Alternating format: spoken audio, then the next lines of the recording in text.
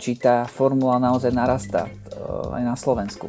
A vďaka aj tomu tvojmu projektu Ice King, čiže k tomu dávaš veľmi veľký prínos, tak poď porozprávať nám o tom. Ďakujem pekne, tak hlavne musím povedať, že Ice King je naše dieťa s Jozefom Králom, môjim kolegom, expertom, bývalým jazdcom, ktorý testoval aj samotnú F1 a v juniorských sériách bol nesmierne úspešný a máme medzi sebou fantastickú chémiu, priateľstvo a myslím, že to je za tých, už to bude, ja neviem, 7-8 rokov vidieť pri tých stovkách epizód a živých show.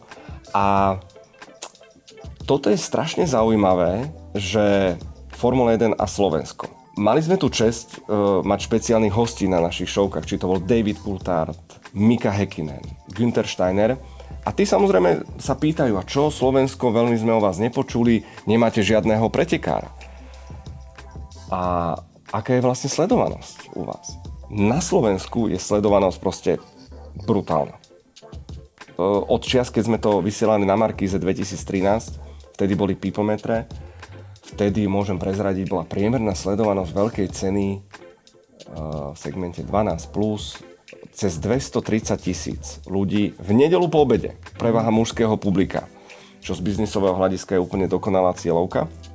Teraz vysielame československý na Nova Sporte a krásne sme nabehli na tú vlnu, že Formula 1 je znovu sexy, je znovu veľmi populárna, má fantastické osobnosti, to sú talentovaní jazdci. Oni sú jak Backstreet Boys. Oni sú každý niečím proste iný.